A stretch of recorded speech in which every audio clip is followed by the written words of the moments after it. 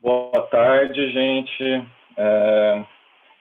Para quem não me conhece, meu nome é Bruno, sou pesquisador mestrando do Centro Internacional de Pesquisa Atopos. A gente está aqui para mais uma mesa redonda do primeiro Festival Internacional de Cidadania Digital. E o objetivo aqui é falar sobre plataformas e governança digital. A gente vai ter como debatedores, a gente vai estabelecer um diálogo aqui entre eu, a Michele Dias e o Eric, e como o propósito é justamente ser mais um bate-papo, uma conversa, do que algo muito formal, eu vou deixar que eles mesmos se apresentem e falem um pouco deles no momento que eles forem se apresentar, né?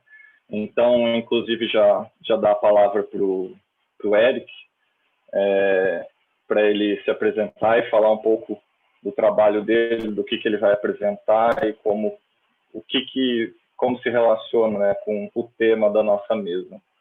Fica à vontade, Eric. Olá, gente. Boa tarde. Obrigado, Bruno. Prazer estar aqui contigo e com a Michele para debater mais um tema do nosso mês de Festival Cidadania Digital, com muitas atividades muito interessantes, debates e temas importantes, né? Então, estou muito contente de estar aqui com vocês para esse papo de novo. Bom, eu sou pesquisador do Centro de Pesquisa Atopos, eu sou formado em Comunicação Social e em Ciências Sociais, ambos pela Universidade de São Paulo, e fiz o meu caminho de pesquisa, minha trajetória de pesquisa, fundamentalmente tentando pensar as interações entre internet e política, né?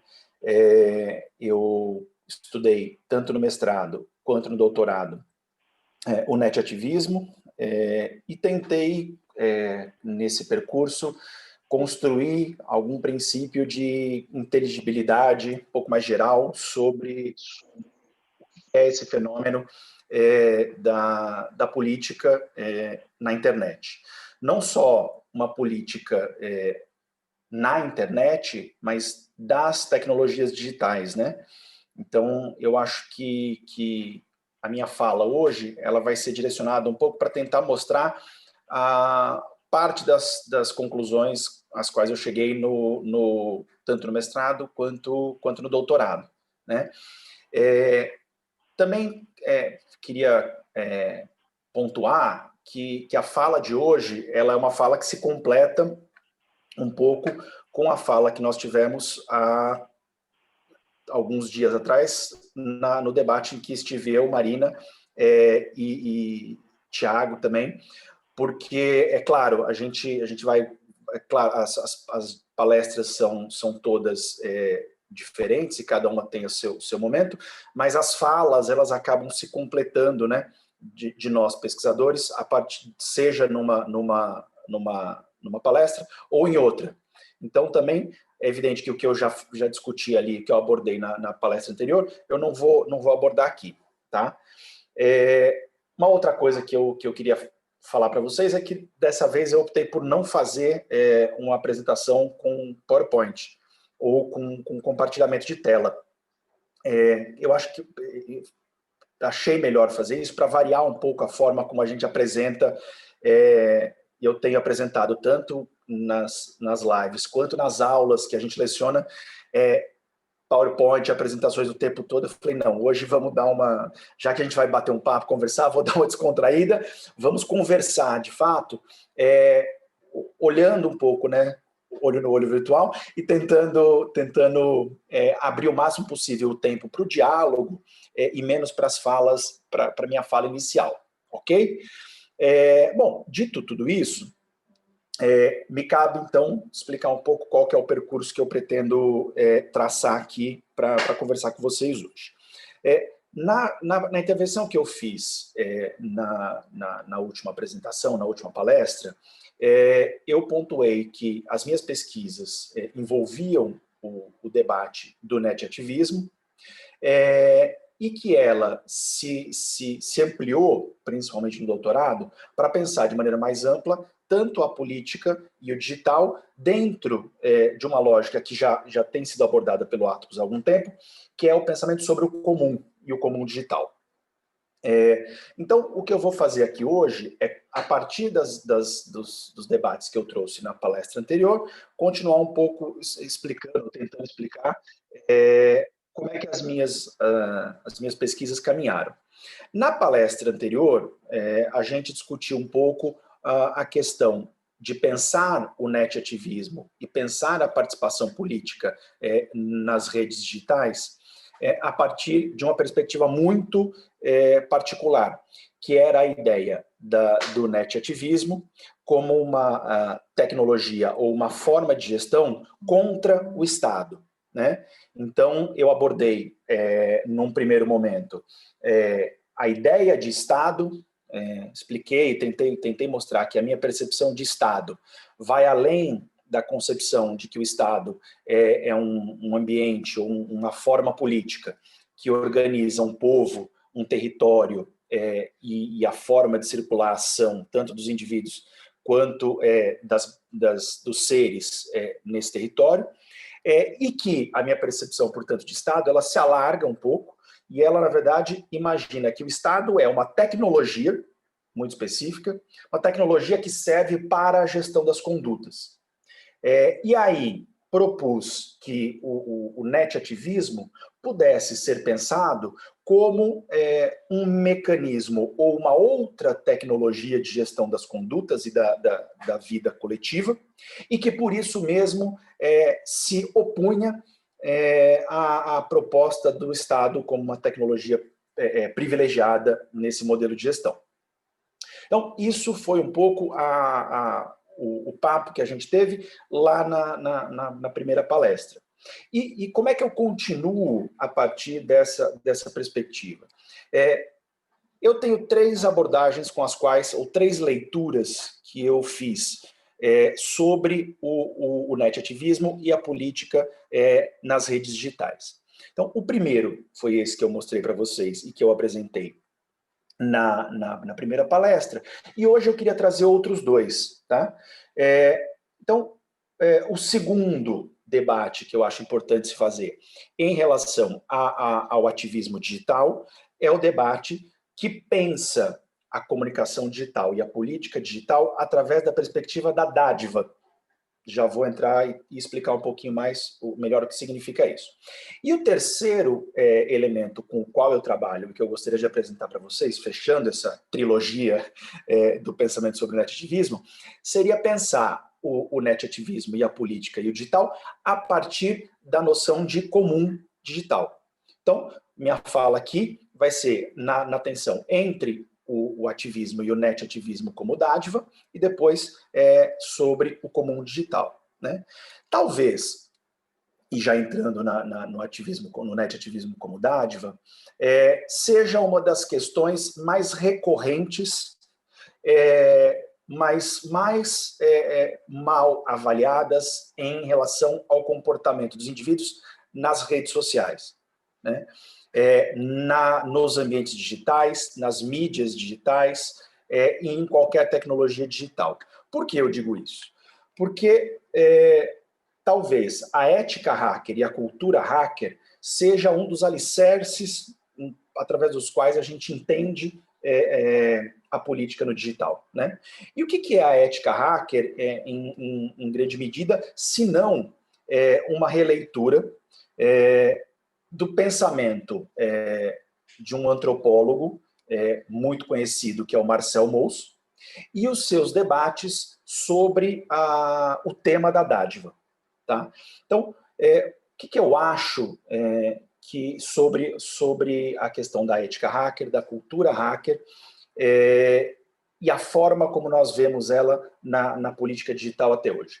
Em geral, nós pensamos que a cultura hacker é uma cultura muito positiva, exclusivamente. Ou seja, é uma cultura do conhecimento compartilhado, da informação que deve ser livre, da lógica na qual o mercado capitalista das trocas interessadas se desfaz. Né?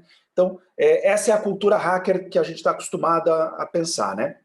E essa é um pouco uma parte relevante do que é o pensamento da dádiva, né, para Marcel Mauss. Ou seja, Mauss vai nos dizer que a dádiva é um processo de dar, receber e retribuir.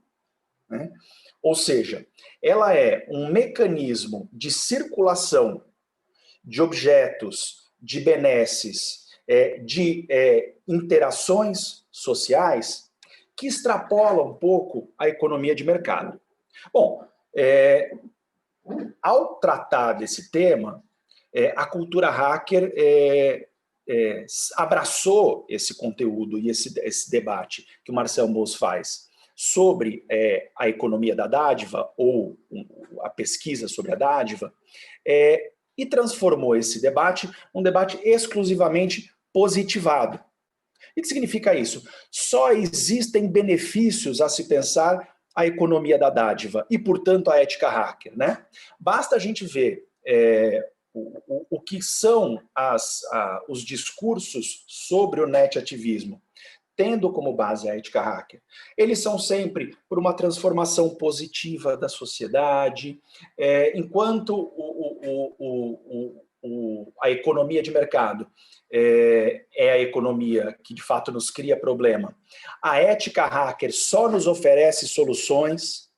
E eu acho que parte desse discurso deixou de fazer uma leitura importante sobre o trabalho do Mauss, que diz respeito justamente aos problemas que nós enfrentamos na política nos dias de hoje. E me explico. os vínculos que a economia da dádiva nos oferece, e que, de fato, são os vínculos que nós vemos na cultura digital, ele também passa ou cria uma série de problemas. Por exemplo, quem foi que disse que os vínculos de obrigação na lógica da dádiva, entre dar, receber e retribuir, são vínculos exclusivamente de aspectos de benefício mútuo para as populações e para os atores que estão se relacionando, né? Posso dar um exemplo para vocês. Imaginem o que numa sociedade tradicional, por exemplo, no interior do Brasil, os ciclos de violência política ligados à vingança, ou ligados à resolução de conflitos que extrapolam a nossa política tradicional, né? Imaginem essa transposição das relações de obrigação para as redes digitais agora. Nós vivemos, por exemplo, num ambiente e num momento no qual a gente não consegue muitas vezes entender o que são as redes de ódio, né, no ambiente digital. E talvez a leitura que o MOS nos oferece sobre o comportamento político ou o comportamento social como a economia ou um sistema de dádiva seja interessante para pensar esse tipo de leitura, né? Ou seja, não é só de benesses que vive a economia e a ética hacker, das obrigações de dar, receber e retribuir. Os ciclos e os circuitos de ódio nas redes sociais operam basicamente na mesma lógica, né? Como é que você administra nas redes sociais uma ofensa? Se não com uma obrigação quase que instantânea de devolver a ofensa. E veja, não só devolver a ofensa no mesmo... numa espécie de equilíbrio das violências simbólicas da internet, né? A pessoa que se sente ofendida e que recebe uma ofensa, ela precisa retribuir em dobro, ela precisa exercer uma forma de atuação política que faça com que todo o coletivo do qual ela participa se imponha num discurso de ódio contra aqueles que realizaram a ofensa, né? Então, eu imagino que pensar o netativismo, e eu acho que isso é o primeiro item, o primeiro tópico que eu gostaria de destacar, não deve e não pode ser pensar somente nas grandes qualidades, e que existem muitas, sobre o comportamento político da rede e na rede, né?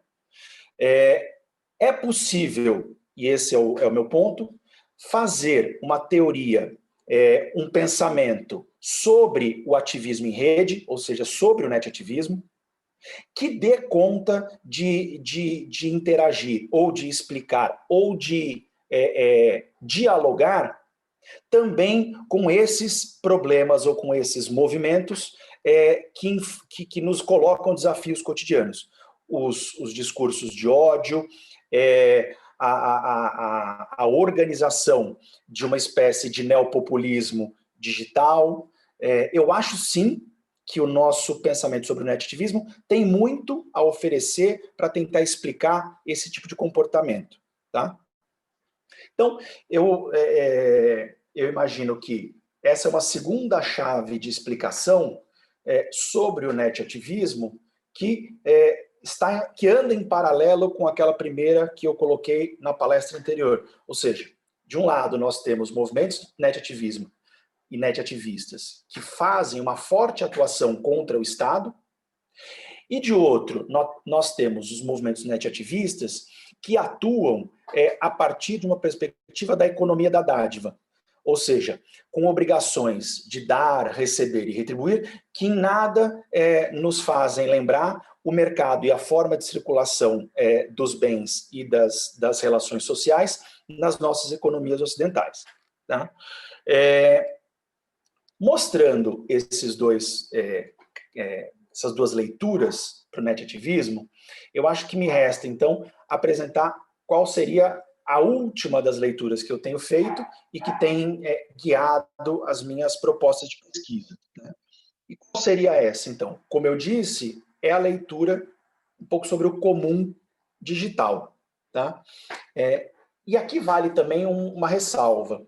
Em geral, quando a gente fala sobre o comum digital, as pessoas estão muito acostumadas a pensar o comum como o conjunto de recursos existentes numa dada sociedade e que podem ser administrados de uma forma coletiva. Né? Esse, por exemplo, é o debate que praticamente funda uma parte do pensamento sobre a formação do capitalismo como a gente conhece, que sai desde a Ostrom, falando sobre os recursos do bem comum, até o Thompson, né, falando sobre os cercamentos dos campos e como é que a classe trabalhadora se organiza na Inglaterra. Mas quando eu falo de comum digital, não é disso que eu quero tratar. Né? Também não é a linha que o Negri vai estabelecer como um comum pensado a partir das disputas políticas sobre esses recursos. Né? Ou seja, menos pensar sobre os recursos, mas mais é ótimo, né? Mas pensar sobre as disputas entre os atores políticos tradicionais para gerenciar esses recursos. Também não é essa a minha visão do comum, e do comum digital muito menos. Né? Talvez, se eu pudesse, então, dizer como é que o comum digital pode se expressar, ou como é que ele pode encontrar uma área fértil de pensamento, eu começaria com a abordagem do Espósito, tá? Roberto Espósito, dizendo que, na verdade, a ideia de comum não é uma ideia prenha ou que contém em si um significado específico. O comum, na visão do Espósito, é simplesmente um risco de viver em conjunto. Né? Então, o comum digital, numa primeira leitura, ele seria uma forma arriscada, problemática, difícil de se colocar em conjunto. Percebam que, por enquanto, ainda não estamos falando o que é esse conjunto, né?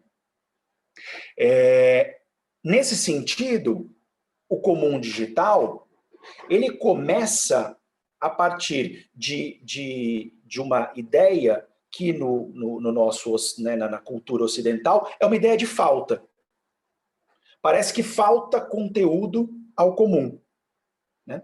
O comum, portanto, é esse vazio, é esse lugar vazio, no qual a única coisa que nós podemos saber sobre ele é que ele é uma forma arriscada de estar em conjunto, em relação entre os indivíduos. Né?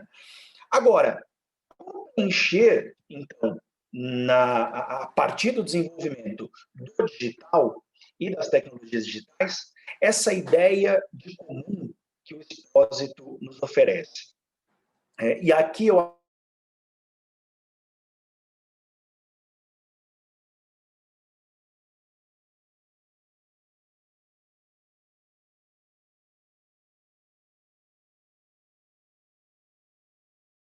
organizados. O comum só pode ser entendido a partir das relações do cotidiano. O que eu quero dizer com isso?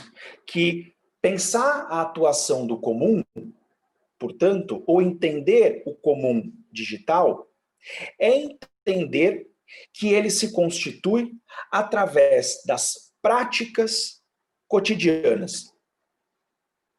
E aí vocês podem se perguntar, Eric, mas que práticas cotidianas são essas? E eu acho que a resposta seria, são práticas quaisquer. E veja, eu não estou dizendo qualquer prática, eu estou dizendo práticas quaisquer. O que significa isso? Significa que é o exercício da vida cotidiana, da obrigação cotidiana e das conexões que nós produzimos como indivíduos que constituem o comum e o potencial do comum, como um pensamento político forte. O comum, portanto, ele é trivial. Olha que palavra, como eu vou dizer, uma palavra que é quase uma heresia para a política moderna, né? Imaginar que a política do comum é uma política do trivial é impensável para as grandes narrativas, para os grandes movimentos políticos da modernidade, para o pensamento político moderno, né? E eu acho que o digital nos permite se conectar ou reconectarmos com o trivial, com o cotidiano, com as práticas quaisquer da nossa sociedade, né? Só para dar um exemplo, o indivíduo ou os coletivos que participam desse comum digital, em geral, talvez eles, e aqui fazendo até uma provocação, eles devam superar essa noção tão comum de cidadania, né? Ou pelo menos essa cidadania moderna que a gente está acostumado a pensar. Aquela cidadania na qual o indivíduo, grande gestor e organizador da política e dos grandes debates públicos, é o único que tem poder e voz, né? Será que talvez não fosse o caso de nós pensarmos aqueles que atuam ou que vivem no comum digital, para além da lógica do cidadão?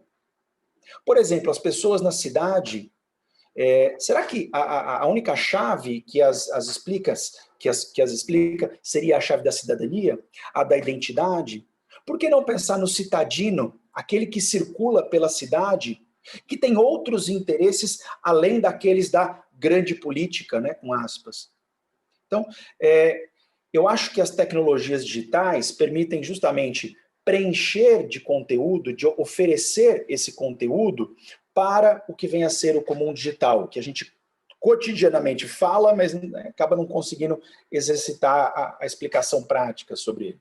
Eu acho que, portanto, o comum digital ele tem um grande potencial, justamente por nos trazer de volta esse debate sobre o cotidiano, sobre o trivial, sobre aquilo que as tecnologias digitais nos conectam, né? Não é à toa que o pensar sobre as tecnologias digitais resgata uma conectividade com outros seres, que não os seres humanos, com outras entidades, com outros ecossistemas. É porque justamente é essa lógica que opera na lógica do cotidiano. É uma reconexão dos elementos que aparentemente eram triviais, mas que foram, de alguma forma, esquecidos pela política moderna, né? Enfim, eu já vi que o pessoal me falou aqui que eu estou extrapolando um pouco o tempo, mas então, só para concluir, eu acho que, portanto, pensar o netativismo é pensar por essas três chaves de leitura. Primeiro, a gente pode entender o netativismo como uma estratégia de luta contra o Estado, uma recusa ativa contra o Estado. A gente pode entender o netativismo como uma política ou como um sistema da dádiva, de reciprocidades e de relações de dar, receber e retribuir. E a gente deve pensar também o netativismo como uma perspectiva que orienta o comum digital, ou seja, o resgate das práticas cotidianas que se transformam, de fato, em práticas ou em novas práticas de conexão de uma nova política e de uma nova cidadania. Acho que era isso que eu tinha para dizer. Tentei falar tudo no tempo em que eu tinha, espero que não tenha exagerado aqui no tempo. Obrigado pela escuta, gente.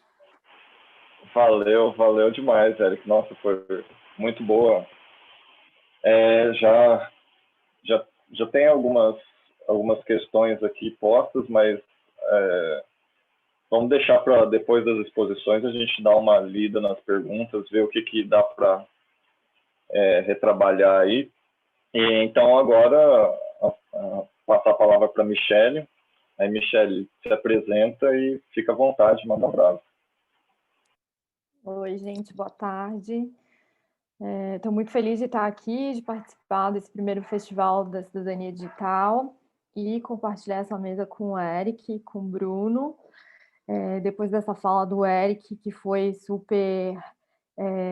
teve umas reflexões bem profundas, eu vou apresentar para vocês a minha pesquisa de doutorado, que está em curso, e ainda tem muita coisa pela frente, então são reflexões gerais, ainda incipientes. Depois dessa fala do Eric, eu fico até, assim, vai ser muito mais simples a minha fala, mas, enfim, eu espero também contribuir de alguma forma com a reflexão, né, sobre a participação da sociedade, participação política. A minha pesquisa, então, ela parte de uma perspectiva discursiva, que tem como fundamento a análise de discurso de Patrick Charrodot e Dominique Manguenot, mais especificamente, e eu procuro descobrir, então, como se dá a participação política, mais especificamente no parlamento, né, entre parlamento e sociedade, por meio das plataformas de mídias sociais. Eu vou abrir e compartilhar a minha apresentação aqui. Vamos ver se eu consigo compartilhar com vocês.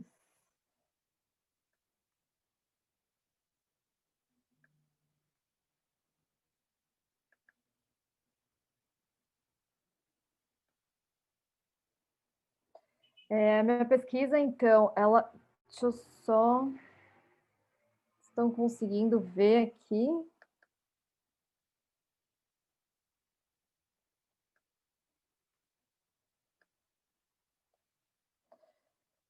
Então, ela trata dos discursos que engendram uma subjetividade política emergente na contemporaneidade, considerada a partir das interações entre instituição pública e política e sociedade, sobretudo em seus desdobramentos em torno do estatuto da representação, da identificação, da democracia que emergem nas representações construídas do debate público por meio das redes sociais digitais e institucionais. Esse assunto é aqui abordado sob a ótica de suas correlações com a esfera pública e da comunicação em rede. Bom, agora que eu me liguei, eu não me apresentei, né? Eu vou retomar, então. Eu sou jornalista e eu atuo agora como jornalista na Assembleia Legislativa de Santa Catarina, na Diretoria de Comunicação. Eu tenho mestrado em Comunicação e Semiótica pela PUC de São Paulo e faço doutorado no programa de pós-graduação em Ciências da Comunicação da ECA USP.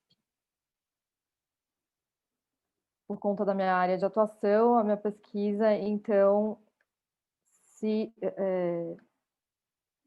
partiu para essa perspectiva de analisar a participação política, né? O objeto da pesquisa, então, diz respeito às zonas de contato, colisão, diálogo e conflito entre os discursos midiáticos e a resposta dos cidadãos, o que, numa análise discursiva, pode ser considerada como um interdiscurso. Michelle, Michelle, licença. Tem como você colocar em modo de apresentação? Não tá, né? Isso, é ali no... Só um pouquinho. Aqui, é só clicar no presente e prontinho. Eu estava com essa telinha em cima. Foi agora? Perfeito.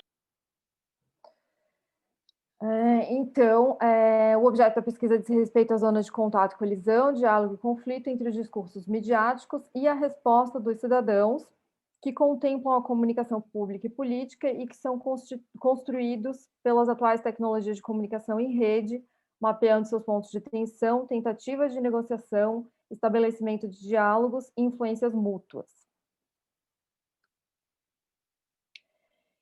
E, para isso, então, eu procuro pensar quais as relações entre democracia e sistemas algorítmicos, entre política e tecnologia. E daí, a gente pode refletir que as estruturas algorítmicas, compostas por bancos de dados, modelos matemáticos e softwares que os efetivam, tornaram-se fundamentais nos processos de formação da opinião pública e na disputa pelas preferências políticas do eleitorado. O Estado adquire maior agilidade, então, com o uso de estruturas algorítmicas para incentivar e garantir a deliberação e a participação política social. Um exemplo são as soluções inteligentes de consulta da população, formulação de políticas públicas com participação de segmentos da sociedade, plataformas de acompanhamento de tramitação de projetos de lei. Depois eu até vou mostrar para vocês o site da Assembleia Legislativa e as plataformas que possibilitam, né, a pesquisa do que está acontecendo no parlamento, do que está sendo discutido, votado, aprovado, e como a população pode participar também. Esses novos espaços de diálogo e de mediação nas configurações do ciberespaço,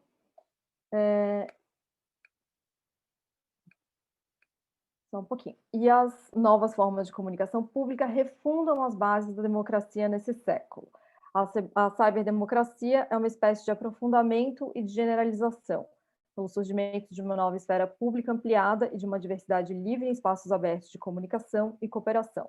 O ciberespaço faculta o aumento da visibilidade e da transparência, que são ingredientes fundamentais para a democracia, segundo Pierre Levy.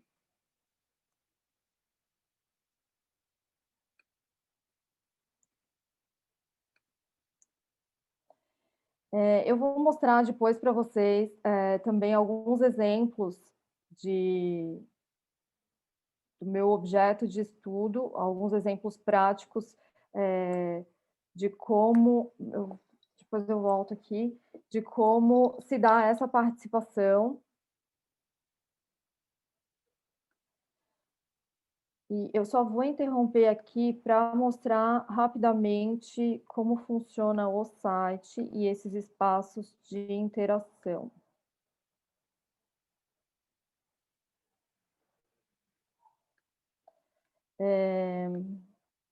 No site da Assembleia Legislativa, por exemplo, existe um ícone aqui que é Legislativo e Tramitação de Matérias. As pessoas podem entrar e buscar por número ou palavra-chave, e por aqui vou colocar saúde, por exemplo.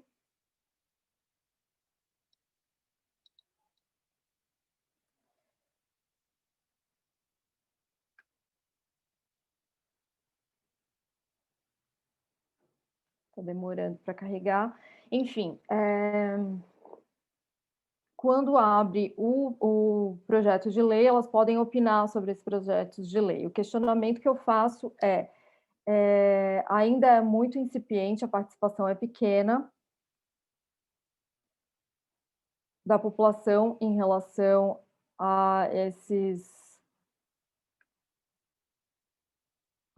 determinações e leis que, enfim, que fazem parte do dia a dia de todo mundo e afetam de alguma forma a vida de todos os cidadãos. O portal Transparência foi um dos primeiros portais de transparência de assembleias legislativas no Brasil, e ele tem também aqui um atendimento ao cidadão. Nesse atendimento ao cidadão, a pessoa que quer também participar, opinar, fazer sugestões, obter informações, precisa fazer um cadastro. O que também é uma forma que não fica tão... As pessoas, eu acho que não costumam procurar tanto e não sabem nem muito bem por onde, não tem muita informação, a menos que a pessoa tenha realmente uma vontade de participação política e um interesse muito grande na vida pública, né? Nessa forma de participação. E como que a gente vê que se dá mais efetivamente o diálogo entre parlamento e sociedade por meio das plataformas de redes sociais digitais.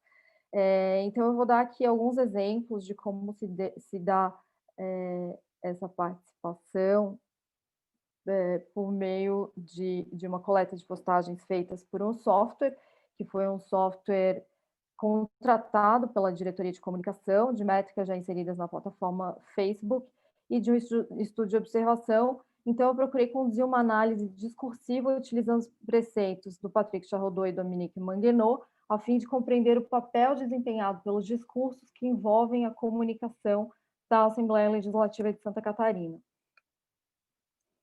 E eu peguei um exemplo específico aqui de 2 posts que tiveram maior repercussão entre os meses de março e agosto desse ano, de 2020, com foco nos seus comentários. Esses 2 posts, eles têm relação com o momento de instalação de uma comissão parlamentar de inquérito, uma CPI, para averiguar se houveram irregularidades na compra de respiradores para atender aos casos mais graves de Covid-19 pelo governo do estado.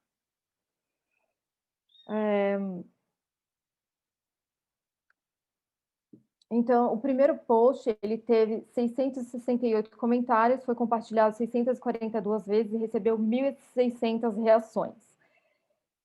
A plataforma Facebook é a plataforma com maior engajamento da Assembleia Legislativa, ela tem mais de 125 mil seguidores, o que pode parecer um número não tão grande para uma população estadual, mas ainda assim é um número significativo. E alguns comentários aqui, eu não vou ler todos os comentários, porque, enfim, eu acho que a gente não tem muito tempo para isso, mas eles refletem muito o que acontece a partir do lugar social também, de cada pessoa que comenta, né, de cada cidadão, e o conhecimento de cada um sobre o assunto que está sendo divulgado.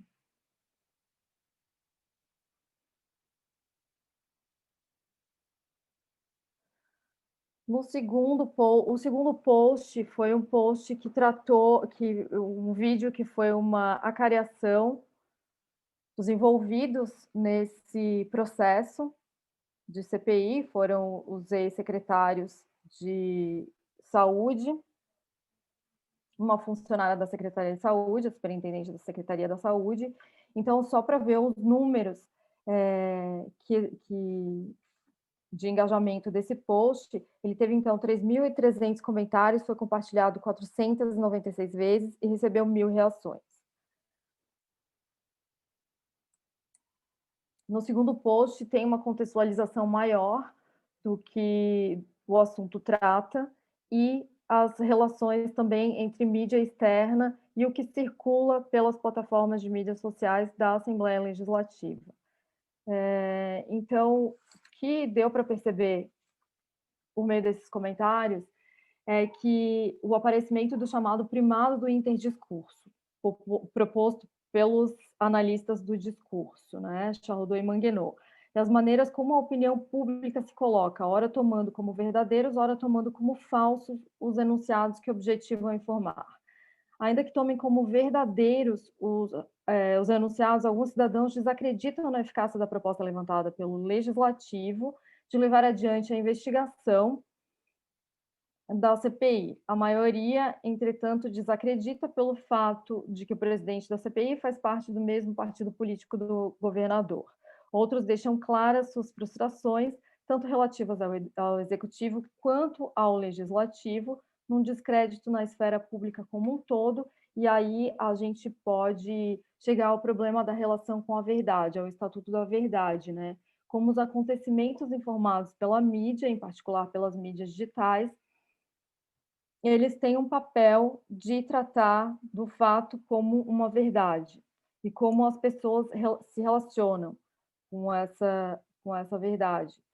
E daí a gente pode pensar também na questão não somente das fake news, mas também do que é verdade. Eu não vou me aprofundar aqui nesse assunto.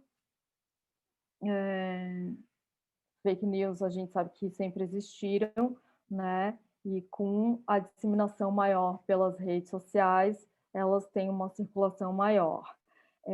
Mas o que dá para refletir aqui é a relevância do interdiscurso, né? De como tanto os enunciados do parlamento que circulam nas redes sociais, quanto os enunciados propostos nos comentários e os enunciados da mídia externa formam esse interdiscurso.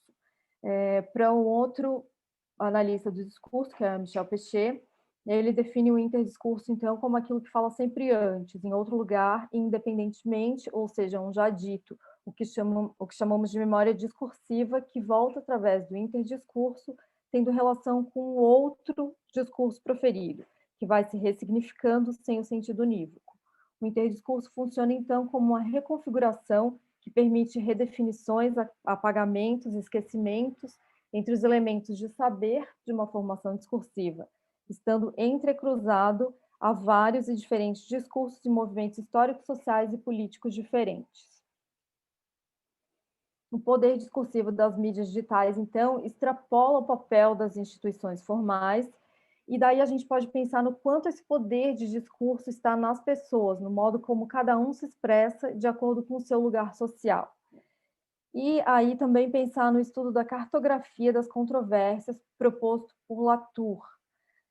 Segundo André Lemos, a cartografia das controvérsias é o lugar privilegiado para observar o mundo social em sua produção, onde ficam mais visíveis os actantes, o momento ideal para revelar a circulação da agência, a mediação, a constituição de intermediários, as relações de força e os embates antes de suas estabilizações em caixas pretas. Então, falando também sobre esse primado do interdiscurso, o que deu para perceber por meio da interação desse diálogo entre cidadão e assembleia, entre cidadão e parlamento, é que a menção a outros veículos de comunicação e a chamada para uma interpretação mais cuidadosa, feitas em alguns comentários, apresenta uma pluralidade de vozes e a constatação feita por Charles Rodot de que a opinião pública está em constante construção e levanta mais uma vez a importância para o papel do interdiscurso nas formações discursivas. Como reflexões finais, então, para pensar essa relação, esse diálogo entre sociedade e parlamento, e as interações com as mídias sociais, né? A gente pode pensar que pela capacidade relacional, as mídias sociais são ferramentas ideais para que a comunicação institucional possa expandir sua missão, enquanto canal informativo do legislativo para a sociedade e da sociedade para o legislativo. É por meio das mídias digitais que a divulgação de pautas parlamentares é amplamente divulgada, em que a gente vê que existe uma diferença, ela realmente, a comunicação institucional, ela se dá agora, nesse momento, pelas mídias digitais, né? Não é pelos outros meios de comunicação, mas ela é mais eficaz, mais efetiva pelas mídias digitais. E nesse contexto, a possibilidade de participação e produção de conteúdo inerente a a mídia social, tornou este um espaço para o debate público, garantindo o direito à livre manifestação de opinião e de ideias e a participação cidadã. Claro que nesse contexto a gente percebe polarização, discursos de ódio também. E daí a gente pode pensar que isso só pode se dar, né, por uma comunicação que não... A comunicação, enfim, principalmente nas redes sociais, obviamente ela vai possibilitar esses discursos de polarização, mas a gente pode pensar que nesses novos espaços de diálogo e de mediação, nas configurações do saber-espaço e as novas formas de comunicação pública refundam as bases da democracia nesse século. A ciberdemocracia é uma espécie, então, de aprofundamento e de generalização pelo surgimento de uma esfera pública ampliada e de uma diversidade livre em espaços abertos de comunicação e cooperação. O saber-espaço faculta o aumento da visibilidade e da transparência, que são ingredientes fundamentais para a democracia, segundo Pierre Levy. Também. Nesse ponto, a gente pode pensar também que, para além da transparência, do compromisso com a transparência, as mídias sociais possibilitam o diálogo, né? E tem uma coisa a relação entre os indivíduos, E para pensar em como isso pode funcionar de uma forma mais eficaz, de uma forma que realmente traga resultados, que a comunicação que parta da sociedade seja levada aos parlamentos, ao legislativo, e sejam recebidas pelo parlamento, e, enfim, onde não sobressaia apenas a crítica infundada ou os discursos polarizados. É preciso pensar, então, numa alfabetização na inteligência coletiva, né, no âmbito desse mídia digital, para que a participação possa ser ativa e responsável nessa esfera pública do século XXI, no âmbito dos meios digitais. Pierre Levy, então, reflete também que essa participação atualmente demanda competências mais refinadas do que a participação na antiga esfera pública, já mediatizada, mas modelada pelas mídias unidirecionais, como a televisão, o rádio e a mídia impressa, tendo em vista a possibilidade de todos os usuários agora não apenas selecionarem a informação a ser recebida, mas também a de agirem como autores. É isso, gente. Obrigada. Eu falei rápido porque eu estava preocupada com o tempo, me atrapalhei um pouco, mas eu espero ter contribuído de alguma forma com a reflexão sobre o assunto. Não, claro, que isso. Muito obrigado, Michele. Bom, eu vou fazer a minha apresentação aqui, que é também, digamos assim, um extrato do trabalho que eu venho desenvolvendo no mestrado. E, assim, eu tenho um histórico, eu sou graduado em design e estou fazendo mestrado nas ciências da comunicação. Né? Então, a minha abordagem é um pouco relacionada com o design, mas eu vou tentar apresentar aqui para vocês só um trecho que é relacionado à parte de plataformas e como eu vejo ou eu entendo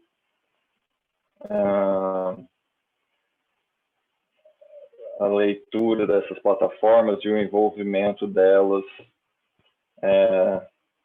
no desenvolvimento de uma arquitetura participativa, de uma participação política por meio, né, desses novos espaços. Tá ok? Vocês estão conseguindo visualizar aí? Acredito que sim. Ok. Então, vamos lá. Começando a pensar essa trajetória da participação política com tecnologias digitais, obviamente a gente vai falar de plataformas digitais, e então entender o que seriam o que a gente entende, como que a gente compreende as plataformas digitais, né? No caso aqui, a gente tem diversas abordagens, diversas interpretações e focos. A gente vai compreender plataforma não somente, né? Obviamente é uma camada que vai se sobrepondo à outra, mas não somente como um software, no sentido de um sistema extensível que vai fornecer as regras de funcionalidade, os códigos e algoritmos e a interface de interação para outras aplicações, né? Não é só também um modelo de negócios que fornece uma infraestrutura aberta e participativa no qual usuários aí vão poder trocar bens, valores de toda forma. Mas a gente vai compreendê-las sobre uma perspectiva da plataformização, ou seja, entendendo essas estruturas como onipresentes e percussientes. O que isso significa? Como estruturas que se infiltram e convergem com as nossas estruturas tradicionais de organização social, produzindo novas estruturas, novos espaços que a gente habita e com os quais a gente interage, né? Inclusive, o Benjamin Bratton ele vai propor que a gente observe as tecnologias às nossas voltas não como entidades, não como produtos individuais, né? Ele defende a ideia de uma computação de escala planetária. O que seria isso? Todas essas tecnologias, elas não são algo de individual, mas elas em conjunto formam uma mega estrutura que atravessa diversas camadas, que vai do usuário até o substrato terrestre, né? Então, Cosimo Akoto, numa leitura do Benjamin Bratton, define essa mega estrutura como uma plataforma das plataformas, uma arquitetura complexa que intersecciona a extração de materiais e recursos, a ativação das infraestruturas e fluxos de logística, a implementação de serviços em nuvem e aplicações, a regulação algorítmica urbana e o posicionamento de objetos e pessoas na rede e no espaço, assim como a contínua predisposição de interfaces para a interação de atores humanos e não humanos. Essa definição dialoga bastante com a ideia que a gente trabalha do Máximo de ecologia comunicativa, que é desses espaços, essas novas formas do habitar, que proporcionam uma nova condição habitativa que nos antecede, essa condição habitativa digital, em que a interação entre múltiplas entidades heterogêneas, humanas e não humanas, se hibridizando a todo momento, né? E é justamente o Máximo que, no último livro dele, vai falar que as plataformas digitais, portanto, não têm nada a ver com mídia, né? Elas não podem ser equiparadas a uma ferramenta técnica que a gente pode usar à vontade. Elas não são estruturas externas.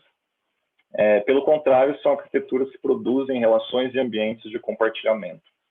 Então, são estruturas que, de certa forma, fazem a gente repensar as arquiteturas que a gente tem hoje em dia, né? A arquitetura, por exemplo, parlamentar, que a gente tem, que determina uma forma de política, uma estrutura de política, né?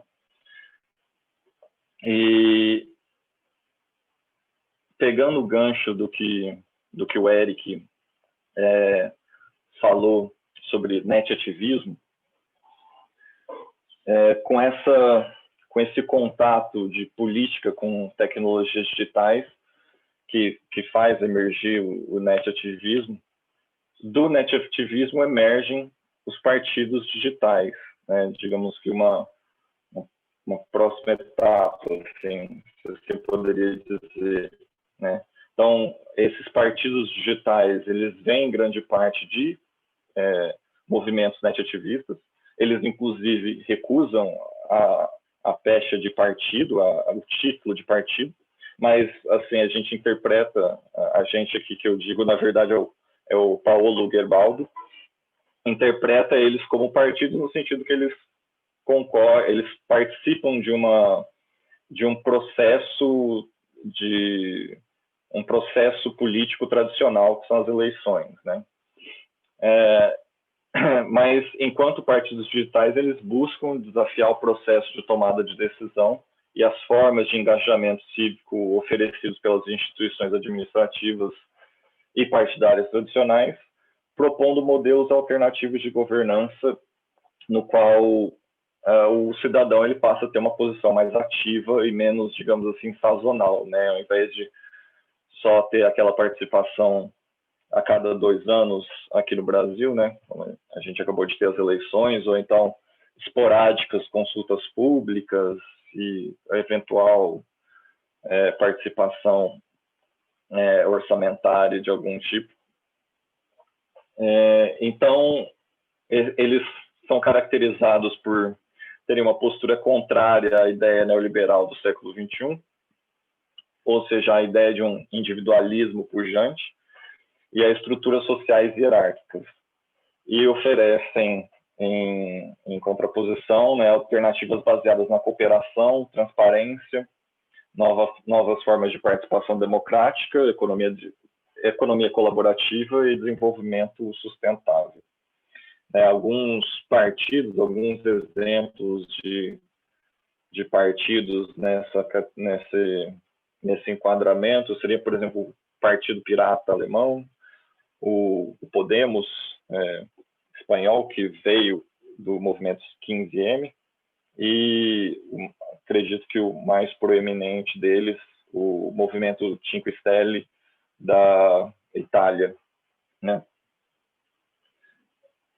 E aí já, de certa forma, entrando um pouquinho no meu âmbito, que é o do design, e de certa forma avaliando como que se constituem esses novos espaços e essas novas arquiteturas, a gente vai ter aí uma divisão de ecossistemas informativos. Digamos assim, essa divisão ela não representa uma linearidade, um contínuo, são modelos distintos que vão expressar formas diferentes de você exercer a participação política, e, de certa forma, são diferentes propostas políticas, né? Diferentes propostas de uma ação, de uma existência política, né? Então, eu vou falar dos ecossistemas e vou mostrar um exemplo de cada um deles aqui, né? Então, o primeiro ecossistema que a gente tem é o sociotécnico, e ele é caracterizado porque todas as formas de diálogo, debate, votação, enfim, todas as formas de participação dele estão restritas à arquitetura sociotécnica da plataforma. Então, bom, com os exemplos vai ficar mais claro, né? Deixa eu só... Opa, desculpa aqui, como é. Deixa eu já colocar aqui para vocês uma nova... Aqui, por exemplo, a gente vai ter o Etelo. O Etelo é um exemplo de ecossistema sociotécnico, e é uma das plataformas que eu estou estudando. Então, isso daqui é, por exemplo, um modelo de participação, de discussão, elaboração de uma proposta de lei, e funciona basicamente o seguinte: o administrador, o agente público, ele cria essa tela, e os cidadãos, eles vão entrar, vai ter uma explicação sobre o que é a proposta de lei, né? E aí pode ser proposta de leis, orçamento participativo, enfim, toda e qualquer forma de consulta pública. Aqui vai ter ele é dividido num esquema de passo a passo, então você vai, a própria plataforma vai conduzindo o assunto. Então funciona basicamente o seguinte: você entra, você se intera sobre o problema, qual que é a questão, e aí você vai poder discutir diversos pontos dentro dessa questão. Então, digamos, na formulação de uma lei, quais são os aspectos que envolvem a formulação dessa lei. E você vai poder votar, no caso, emitir a sua opinião a respeito. Então, eles usam um sistema Likert, que mostra, não se trata de sim, não, de oposição, enfim, cria-se um espectro de opinião, né? Então, você consegue ser totalmente contra ou totalmente a favor, se colocar dentro desse espectro, e você consegue colocar comentários, de certa forma interagir e até mesmo propor modificações, né?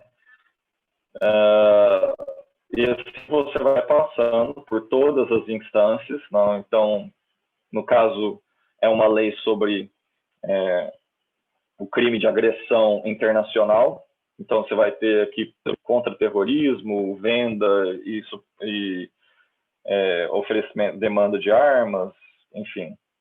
O que eu achei bacana dessa plataforma é que, primeiro, ela é baseada na teoria do John Rawls, da justiça e igualdade,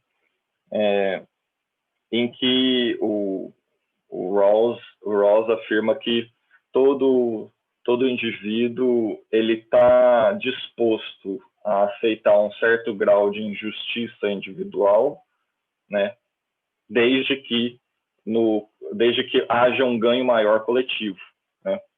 Então, o algoritmo da plataforma ele é constituído dentro desse princípio, ele é construído dentro desse princípio. Então, além de você conseguir ter essa votação espectral aqui, no final de toda a votação você vai determinar os graus de importância, né? Então, você vai estabelecer aqui os graus de importância de cada uma dessas questões. Então, contra-terrorismo, venda e fornecimento de armas, enfim. E o que ele vai fazer? Ele vai analisar dentro das opções os diversos cenários possíveis e dentro desses cenários ele vai te dar aquele cenário que dentro de todas as participações, todos os votos de todos os cidadãos, qual aquele engaja ou obtém o maior grau de apoio, né? Ele vai te mostrando aqui detalhadamente o que cada um desses itens fornece, né? E é muito interessante porque ele quebra uma coisa que é muito frequente que a gente tem, que é com a polarização, né? Esse algoritmo ele ajuda a romper com a polarização. Mas essa é uma arquitetura que a participação, o processo participativo, se resume à própria arquitetura.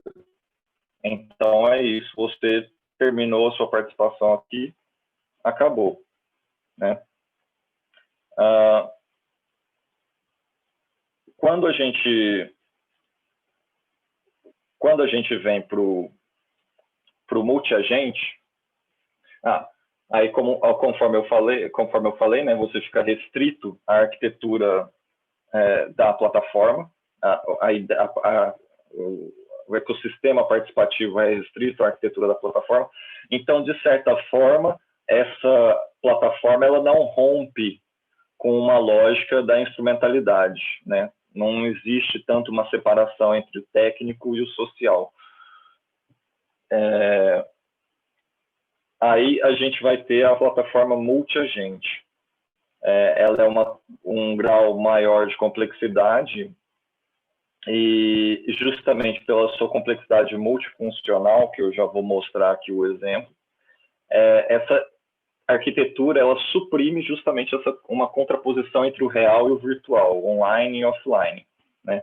As interações elas vão se expressar dentro do que o Máximo de Felice vai denominar como on-life, né? Então, justamente já começa a ter uma atuação no espaço atópico que a gente trabalha bastante no Atopus, né?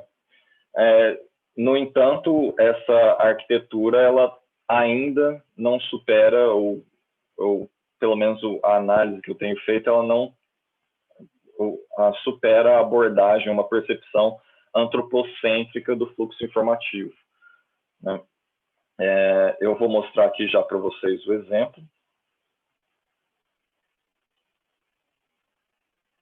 A plataforma que eu abordo como ecossistema multiagente é a plataforma do movimento italiano, o movimento Cinque Stelle italiano, e a plataforma deles é a Rousseau. A Rousseau funciona como um sistema operativo do movimento, de forma que existe uma indissociabilidade entre o que é entre o movimento e a plataforma, ao contrário do que a gente poderia observar na plataforma anterior, que é uma plataforma que ela é, digamos assim, comercializada, ela pode ser adotada por qualquer partido, por qualquer organização, por qualquer movimento, enfim. A plataforma Rousseau, por outro lado, ela já foi constituída dentro do movimento, sobre os princípios do movimento, enfim, ela é uma parte indissociável dele, né? E a gente vê isso muito nas funcionalidades que ela dispõe, né? Atualmente, o corpo da Rousseau, da plataforma Rousseau, é um complexo que envolve 16 funcionalidades até o momento, né? Existem funcionalidades que te permitem a participação, digamos, a democracia direta, que é o voto, lex script, lex elect, que é o que permite escolher os representantes, os porta-vozes, e propor e fazer sugestões aos projetos de lei. Ela tem plataformas de formação, como o e-learning ou Open Community. Tem plataformas de engajamento cívico e tem plataformas de formação e engajamento cívico, né? Então, por exemplo, alguns exemplos que a gente tem aqui: escudo da rede, que permite que dentro do movimento se crie uma rede de proteção jurídica e financiamento coletivo para, digamos assim, sustentar os processos pelos quais membros do movimento e o próprio movimento possam passar. Você tem o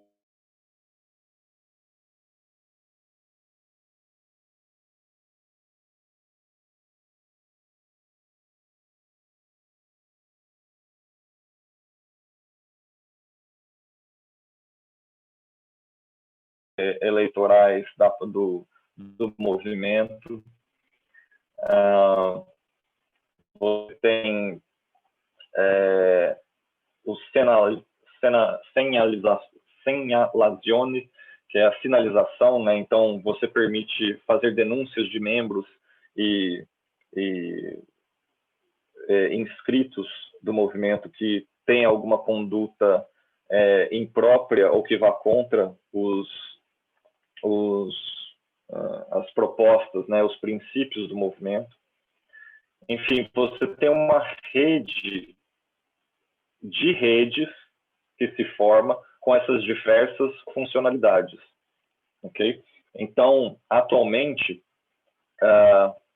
o complexo Rousseau, né, ele é constituído por essa plataforma, onde se constitui a participação cívica em diversos níveis. É constituído por o Villaggio Rousseau, que é a organização de eventos, de iniciativas e que, de certa forma, vão trabalhar na educação e promoção da cidadania dos membros da plataforma.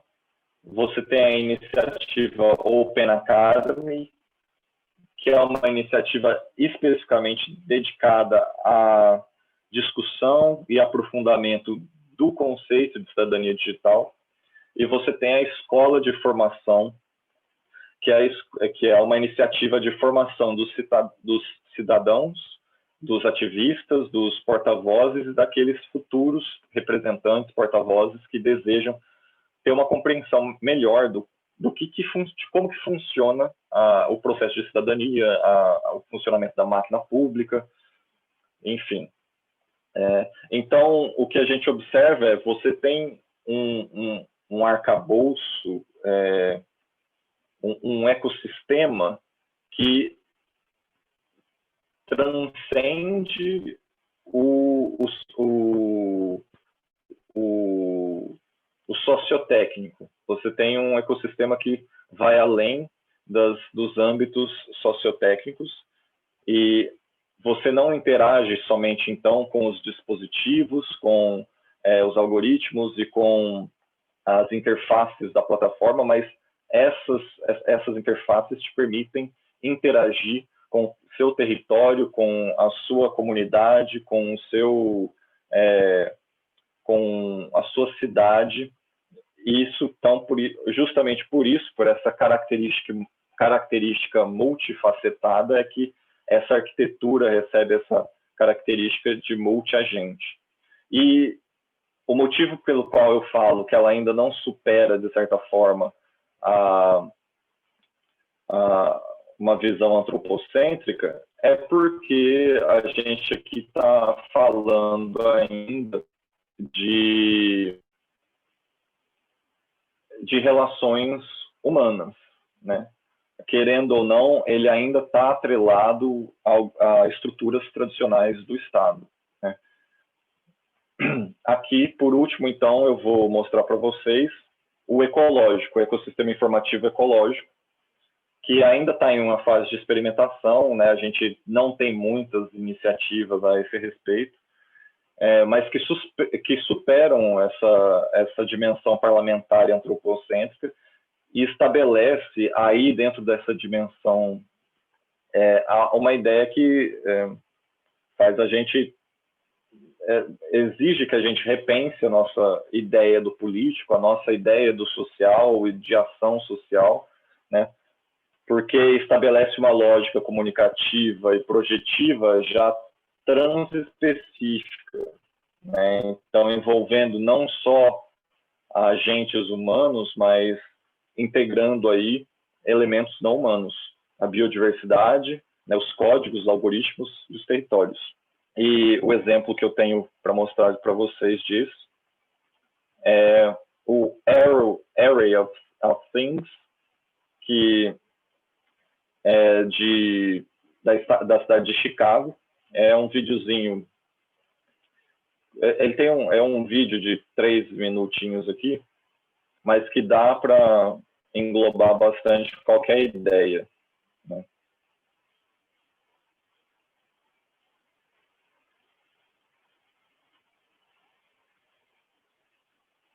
Ixi.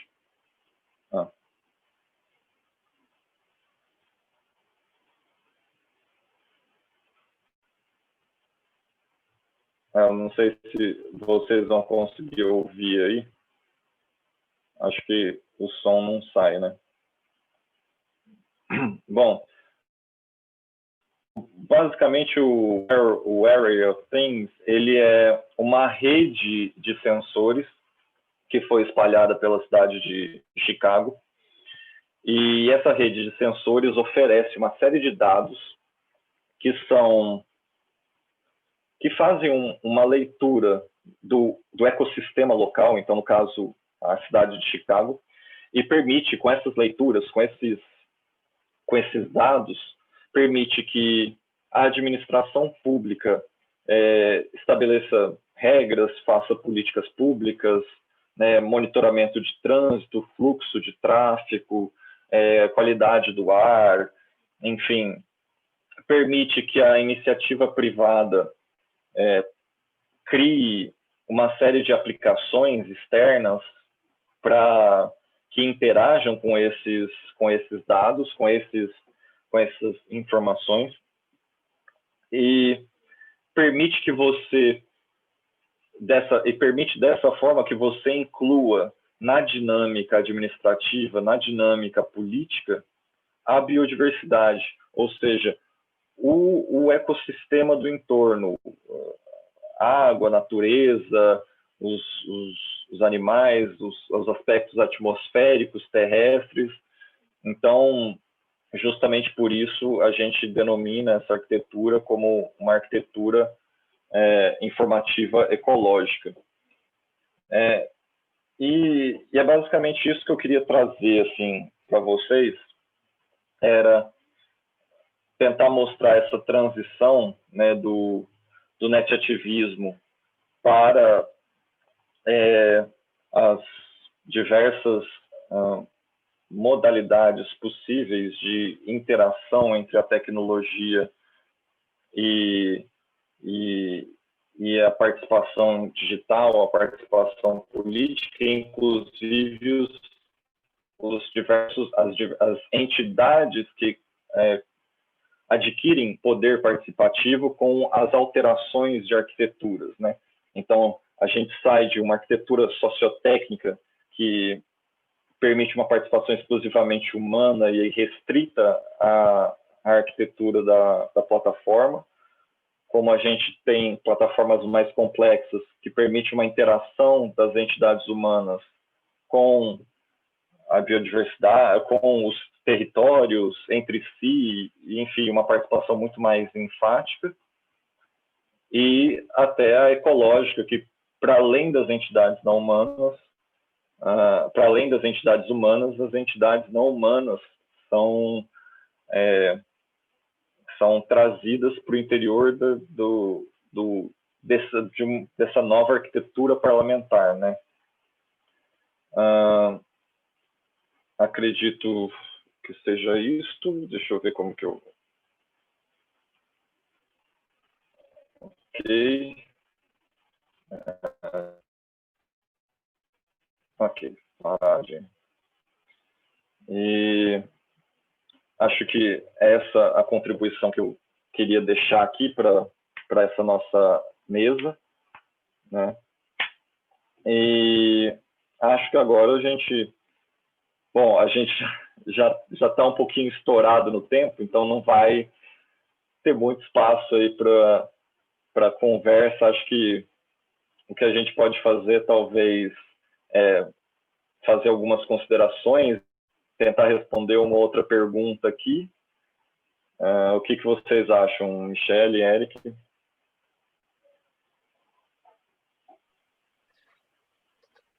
Vocês me ouvem, gente? Tá, não é porque a minha internet caiu, então eu estou com a conexão do 3G, tá? Alô? Se tiver algum problema, vocês me avisam. Bruno, você me ouve?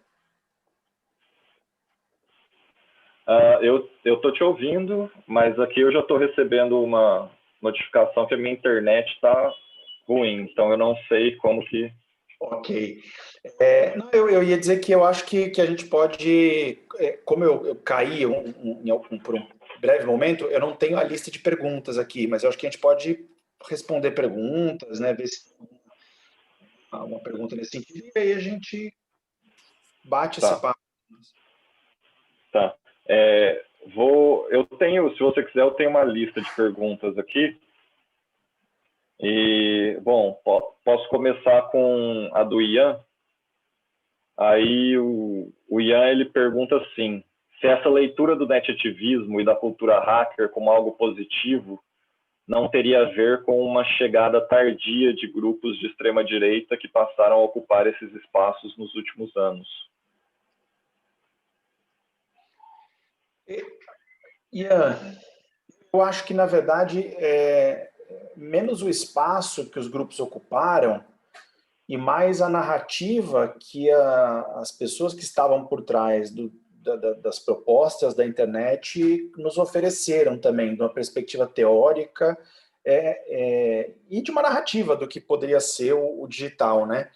Eu acho que a conformação da rede nos anos 90 e nos anos 2000 era assim, de um tecnofanismo bastante grande, né? E eu não acredito que mesmo nesse período nós tenhamos assim grandes movimentos exclusivamente de da política progressista ou de um pensamento ecológico mais aprofundado. Pelo contrário, eu acho que os discursos de ódio sempre foram uma característica da internet, só que talvez nós, como pesquisadores, preferíamos ignorá-los, digamos assim, até que a um momento eles ficaram inignoráveis, se é que essa palavra existe. E eu acho que esse pelo menos essa é a minha principal leitura, né? De que é mais um problema da forma como os pesquisadores olharam para a internet nos anos 80, né? Principalmente nos 90, sabe, final dos anos 90, a ideia de que nós viveríamos num cybercomunismo utópico e fantástico. Eu acho que a leitura sobre o potencial da internet é que estava enviesada, e não as práticas que de fato aconteciam nela, né? Eu acho, só para complementar um pouco o que o Eric falou, eu também acredito que tinha uma visão ufanista no início, e o que eu acho que agora tem o contrário, né, o oposto. Na academia, principalmente, existe uma crítica muito forte ao hospital, à tecnologia. Provavelmente porque, os grupos de direita, extrema-direita, começaram a se apropriar das mídias digitais para ganhar força e pra fazer a sua divulgação. Mas eu também acho que tem aí um meio termo, né, que a gente pode pensar que tem o negativo, mas também tem o positivo, a possibilidade de participar, o que não, se não existia antes também nenhuma possibilidade de participação, as tecnologias digitais estão proporcionando isso.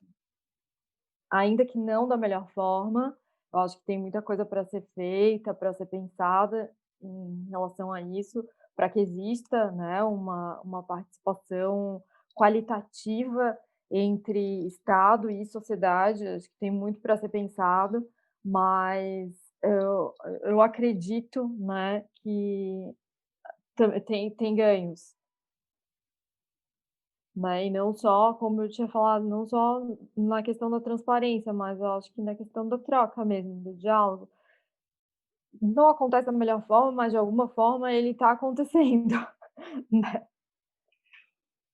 Bom, deixa eu te passar aqui, Eric, tem mais alguma coisa, acho que da Tereza, é isso? Tereza, eh gostaria de ouvir um pouco mais o Eric a respeito dessa complexa relação que ele apresenta sobre as noções de risco e de comum no âmbito do net-ativismo. Haveria aí um espaço para se pensar uma espécie de atualização do heroísmo, um sentido contemporâneo do heróico, diante das ameaças percebidas como onipresentes.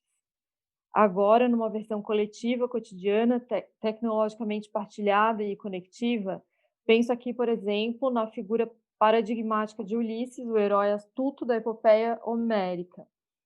Peço desculpas pela intervenção demasiadamente alongada.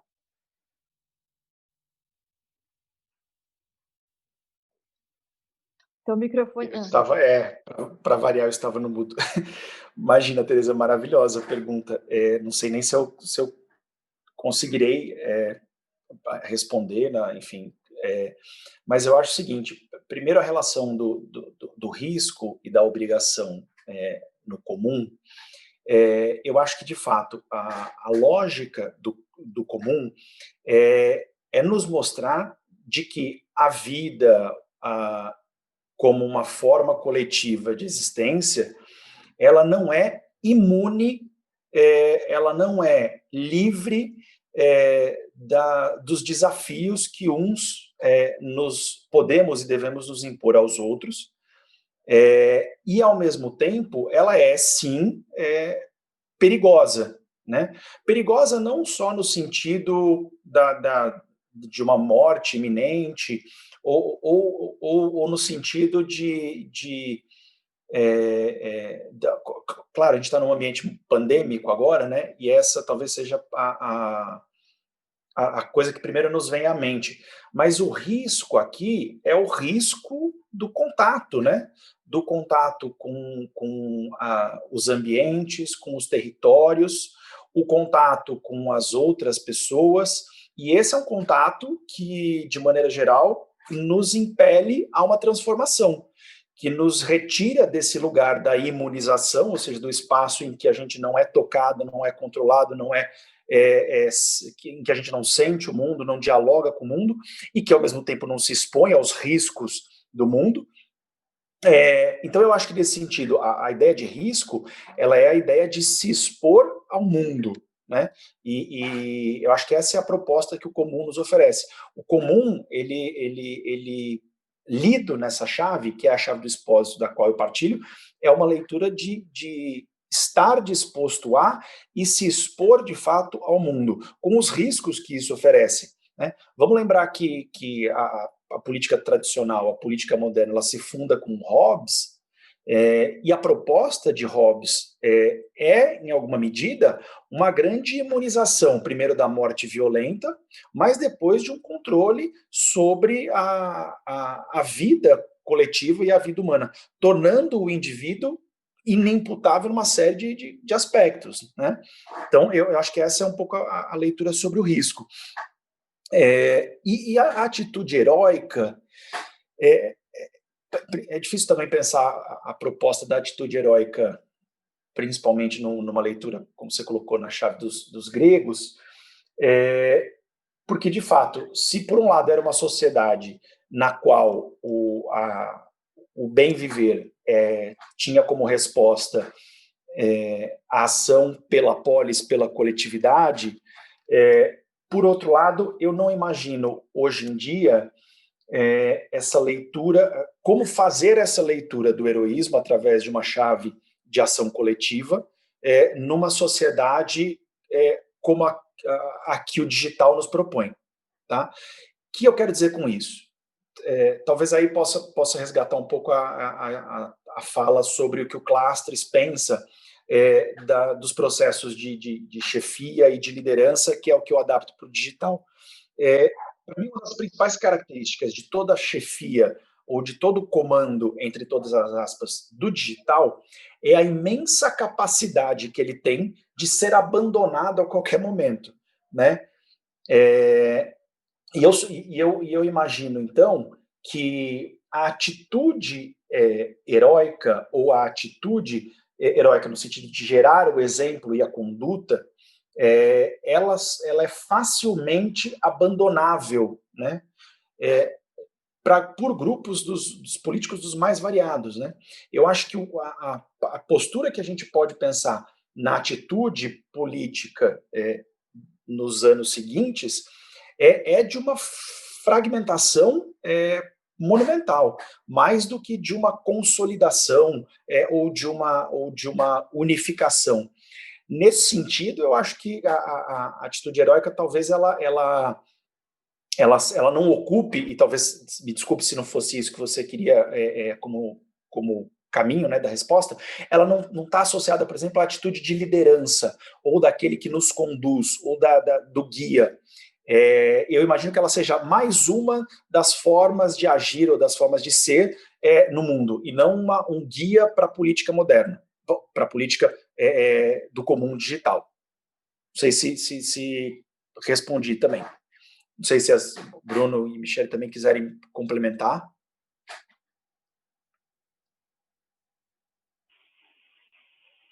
Michele, você quer falar algo? Alguma coisa? Não, só quero concordar com o que o Eric falou.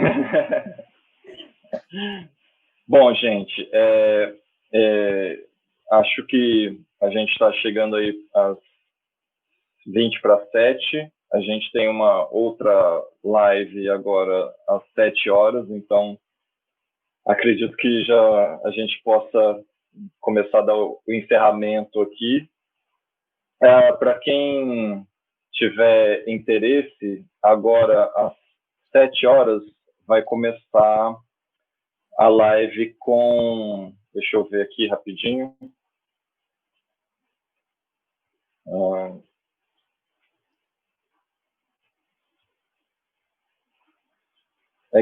vai começar a live de Green Data, Ecologia e Mudanças Climáticas para a Cidadania, com Frenéia Rezende, Rita Nardi, Matheus Souza e Raquel Agnon, né? Então, eu queria agradecer bastante ao Eric, a Michele, queria agradecer a todos os presentes.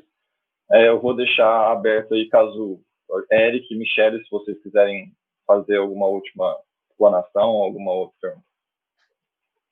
Não, só queria agradecer o papo e foi muito legal, né, poder ouvir vocês também, foi muito bom. Espero que a gente se encontre em outras oportunidades de mesa para debater, trocar. Acho que a gente precisa, mesmo na pandemia, fazer essas coisas ficarem frequentes entre nós, né? Tentar, de alguma forma, fazer o papo acontecer de forma virtual também. Obrigado, viu? Obrigado mesmo. Também gostaria de agradecer a troca, e também acho que, principalmente para mim e para o Bruno, que ainda estamos pesquisando, eu acho que é fundamental, né, essa troca, as sugestões, a participação de todo mundo que queira contribuir com as nossas pesquisas. Obrigada. Tá certo. Bom, gente, então é isso. Novamente, muito obrigado pela presença de todos. E boa noite, e espero que estejam com a gente para curtir aí a próxima palestra agora às 7 horas.